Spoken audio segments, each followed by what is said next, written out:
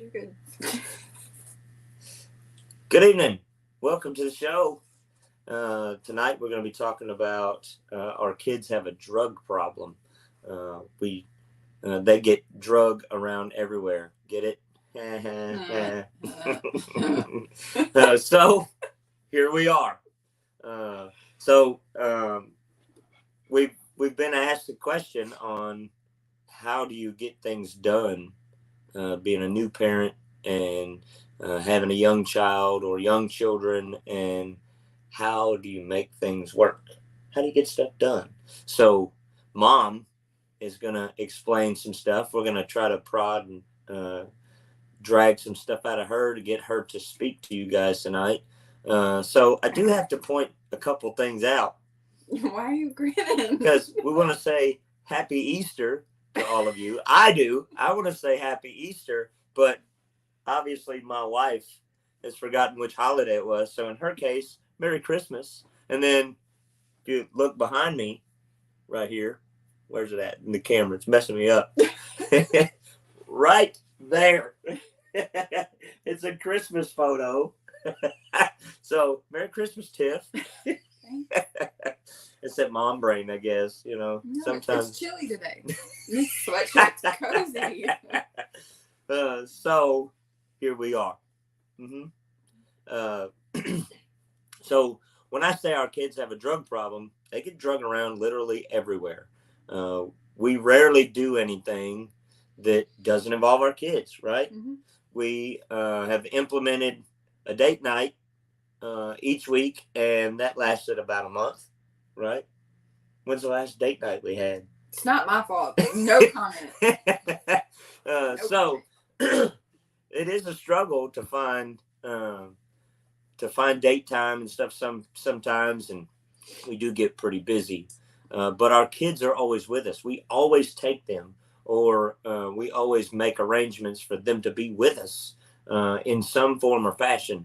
And now that they're getting older, we try to let them babysit each other. Jacob working, he's 15, Allie's 12, so they're right here by grandparents and great grandparents, but we don't want them to grow up too fast. We do want them to enjoy childhood and stuff like that, but we also want them to be part of our family, right? We actually like having them around. Yeah. So what do we do with kids? How do we function? Things like that. So I want to point out that there's a lot of things that, the world is just overly safety conscious. That, when I was a kid, I drank out of the water hose. Same. We played outside. We had video games, but that was for like rainy days and when somebody spent the night. We didn't just play video games all the time. And so I drank from the water hose. We rode in the back of the truck. We rode in the back of the window of the car, right? Yeah. If you had a car that had that little ledge up behind the seat, then there were a lot of times we'd go on a trip, somebody was sleeping up there, or one of us was asleep in the floorboard of the back seat.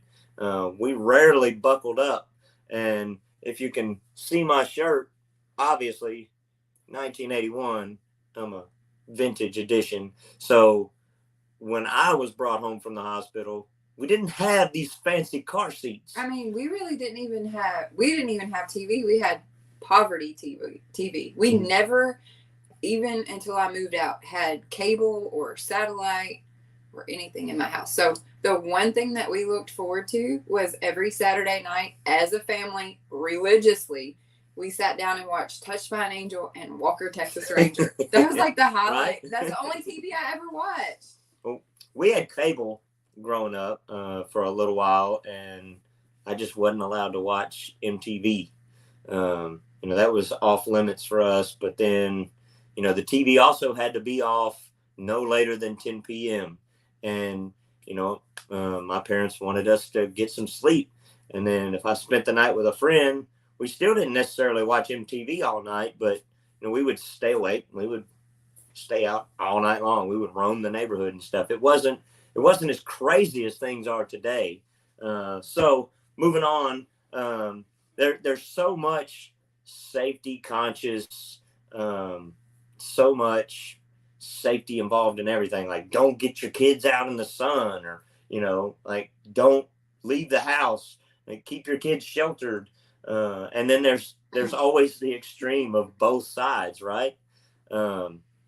Tiffany can attest to really being sheltered as a child, but my kids, my parents were kind of almost the exact opposite. We weren't allowed to watch MTV, but I was pretty much allowed to do whatever. But I didn't know that I was sheltered. Right. Like, I honestly didn't miss a thing. Mhm. We had tons of family time, truck pulls every weekend. It was a good life. I mean, so with new kids, with little babies, being a new parent, what do you do during the day? How do you get the house clean when you've got a kid that requires all your attention? Being less than 6 or 8 months old, first baby. Lots of tears with the first baby. Lots of tears and trial and error. I mean, first baby, it seems impossible. Second baby, you're like, okay, and then by number 4, you're just like, we got this.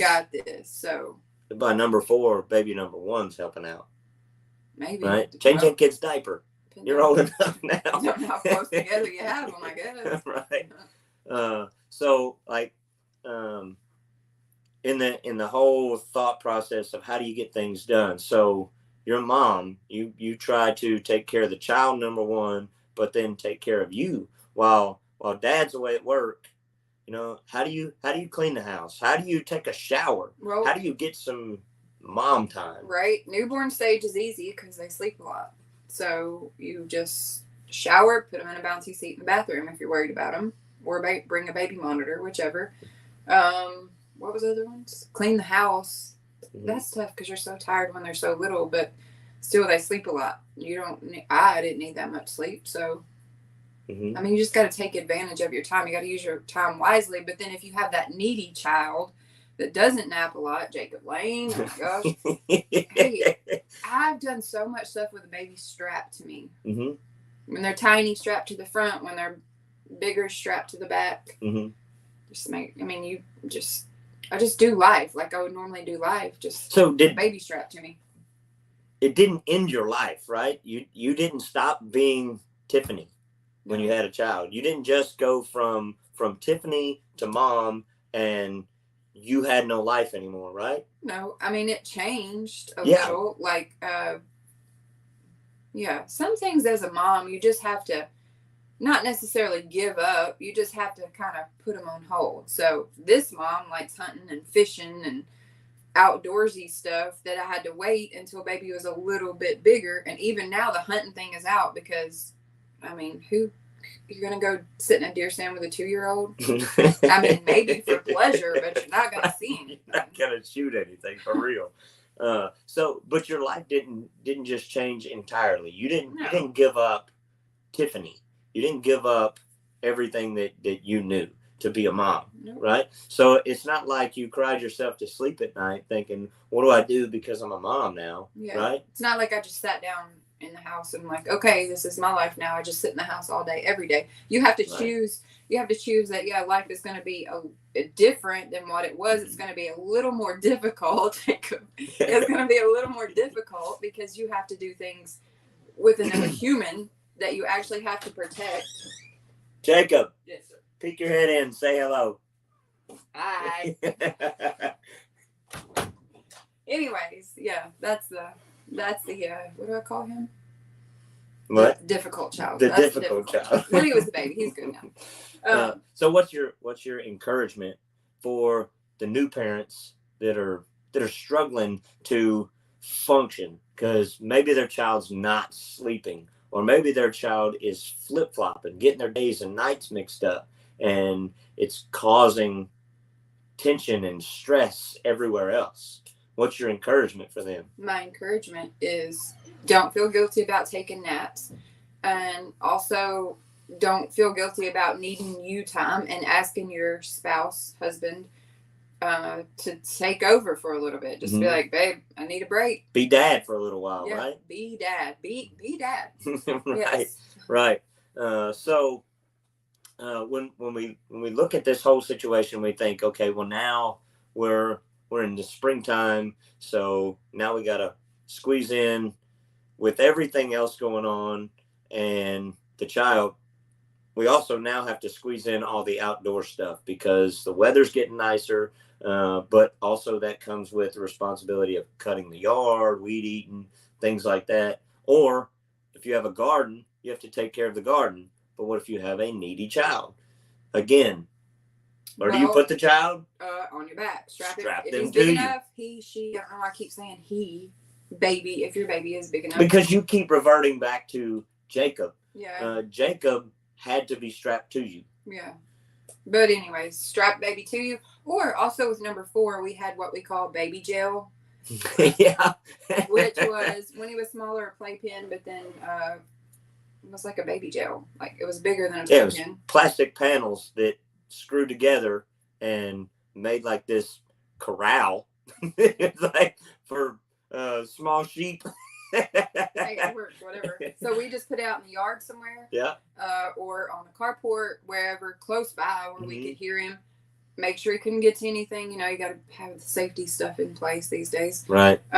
With some toys and just let them occupy themselves. I mean, even if they cry for a little bit, they got to learn how to occupy themselves at some point. Right. And that's one thing that was different about baby number 1 and baby number 4 is that every child is different. And we've discussed that so many times. But number 1 and number 4 are polar opposites. That Jacob was little bitty and crawling around and was able to get into everything. But wouldn't touch anything. As we were renovating our house when he was very small. We talked about that before. And we shared that we didn't have cabinet doors for like the first year of living in that house. They sat in the garage waiting to be stripped and painted. And so we just didn't have any camera doors. We didn't have any cabinet doors, but I have pictures of him like where I was washing dishes one evening. Tiffany had to take a bath and she's like, look, I know you got to do the dishes, but he's needy, he's sleepy, but he's just fighting sleep, and I have got to have a bath. I've got to have some time to chill. And so I put him in the walker, and he needed so much attention that you couldn't turn your back. You couldn't leave him alone for a second or he'd start crying. He was fighting sleep so bad. And so as long as I was moving him, then he was chill. And so I had my foot on his walker and was kind of rocking him back and forth, just wearing a groove in the hardwood of the kitchen floor. And I was washing dishes. So the whole time I looked like the Jetsons maid, doing 2 things at one time. And I washed a couple dishes and I was like, well, he's not fussing. He's not making any noise. And I looked down and he was smooth out, drooling, head falling over to the side. So I had to kind of straighten him up. But in dad mind, I had to quickly grab the camera and take a picture of him asleep in his walker. And then just continue to finish the dishes while I rocked him back and forth. So we made do with what we had. We made the best of our situation, and we did everything to pull our kids along, to bring them into everything. Now, it's not like we were forcing them to be a part of something that they didn't need to be, or we were forcing them into something that they didn't like. It's just that we are the adults, we're the parents, and what we say, you do. You don't have any question. This is not a democracy in our home. Right. You don't pay the bills. You don't get to make the decisions. But we made sure that we didn't force our kids to play a sport that we loved.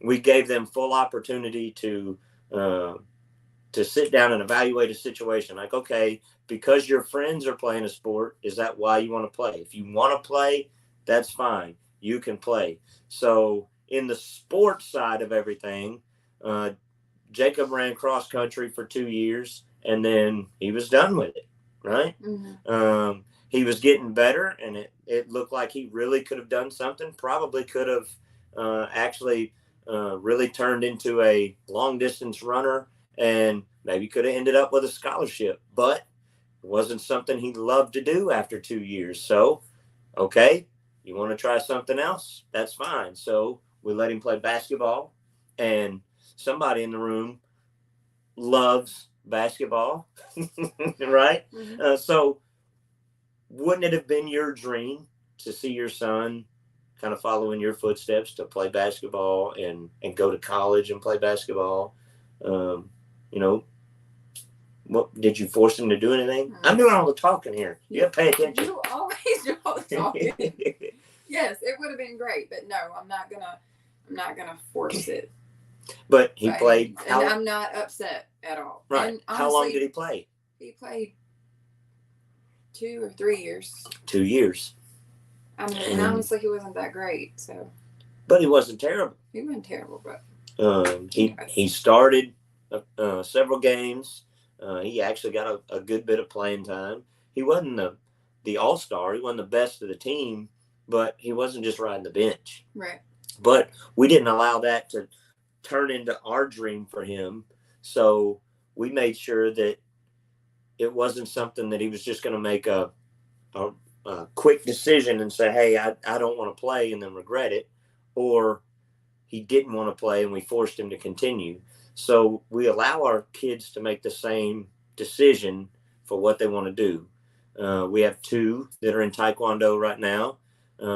Mason's High Octane Martial Arts, and they went for a solid month, and they just kept on. Dad, come on. Dad, come on. Dad, come on. Well, guess what? Me as a dad, I was like, okay, well, I didn't really take much martial arts as a kid.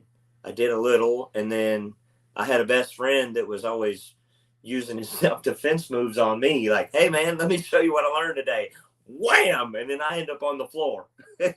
So they kept begging and begging and begging. So now our kids are involved in Taekwondo and like almost heavily involved in Taekwondo. And it's a passion of mine to be with them. So I'm in it too.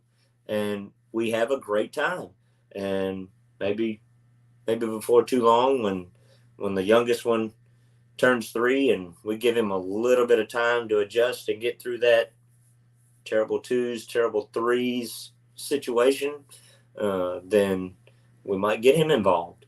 Anyways, we're off track. So, no, I'm on track about the kiddos. Okay. So, get us back on track then. Come on. So, I'm not very good at getting back on track. I just know that you're off track. Anyways, back to your kids. What are we talking about? Oh, yeah, your kids. And doing what you want to do. Moral of the story is, if you want to do something, just do it. And drag your kid along with you. Mm-hmm. Like, we've gone hiking. Last March, we took turns toting the baby on our back for miles and miles and miles and days of hiking. We've been tent camping. We now have a camper that's a little better. I still like tent camping, though. Yeah, it seems like we drag along more stuff when we go glamping in a camper. We've been fishing. We've been to the mountains, to the beach. I mean, literally anything we want to do, we still do it. Dirt bike riding, yeah. This past weekend, dirt bike riding. And everybody had a great time. We're still together. Quality family time. That's my thing. Like, and when we talk to our kids about the whole sports thing, we just tell them, hey, weigh your options. If you're in a sport every weekend, great. We'll come. We'll support you. But also remember that takes away from, we're not going to go on any trips. We're not going to go camping every weekend, that kind of thing. So usually they choose quality family time over the. And it's not to say that anything is perfect. We have to make adjustments along the way. Tiffany and I had a conversation late last night, early this morning about, we we started out this year with a new plan and a new schedule of things for our family. And it wasn't just like set in stone, but a lot of that stuff has faded. Yeah, right? Already. And it's only, what is this, April? Yeah, it's April.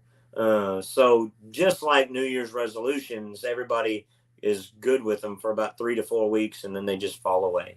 But we need to make sure that we constantly evaluate the situation. We constantly look at the big picture and what are we doing and why. And don't be afraid to say, well, we made a mistake. We need to do something different. We tried this and it ain't working. So I think that's a big problem for new parents is the fear of failure. Yeah. And the fear of making a mistake. Right. And then also you got to remember with little bitty ones, if for whatever reason you don't get a shower that day, or the laundry has to wait, if the laundry has to wait, or the house is a little bit messy, you don't get to cook supper, the yard is not mowed, or whatever the thing is that you're struggling with, just remember that little one is only little once and is going to need you. I mean, always love on your babies. Give that top priority. Right. Right. Yeah. Don't just drag them into your world and into your craziness. Yeah. And don't beat yourself up because you didn't get your goals accomplished for that day. There's always tomorrow. Not always tomorrow, but hopefully. Well, we hope for tomorrow, and we don't want to just procrastinate for tomorrow. We want to make sure that everything is just constant. We're constantly aware of our situation and where we want to be, just as a healthy test to see, what we're doing and why. Just plain and simple, so that you make every effort to benefit you and your child or children. You make every effort to train them in a way that they should go, because the Bible says that if you train the child in the way that he should go, then they'll never depart from it. And that's not training them in the way that you want them to go, but look at what works best for the child, what works best for their personality, for their character, and what builds them into being a productive, responsible member of society. And that's what we want for everybody. That's what we want for our kids. So that's my take on it, and that's my 2 cents for the day. Yeah. You got anything else you want to add? She did good today. She wanted to pull me back in, pull the reins a little bit, keep me on track. But I think Tiffany did very well today. So give her a hand.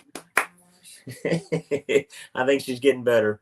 So thank you all for watching. Thanks for joining in with us and coming along this evening. We want to say happy Easter to you and your family, and hope you've had a great and restful Sunday afternoon. Maybe spend it with family, and you'll remember this day for years to come. So all of you out there that are struggling, that have a lot of family stuff going on,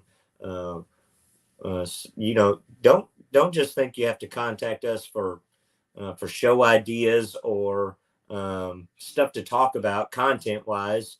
I am a pastor of a church. I've told you that before. This is not our preaching and teaching platform, but this is us to try to help the family. And in that, I still am a pastor.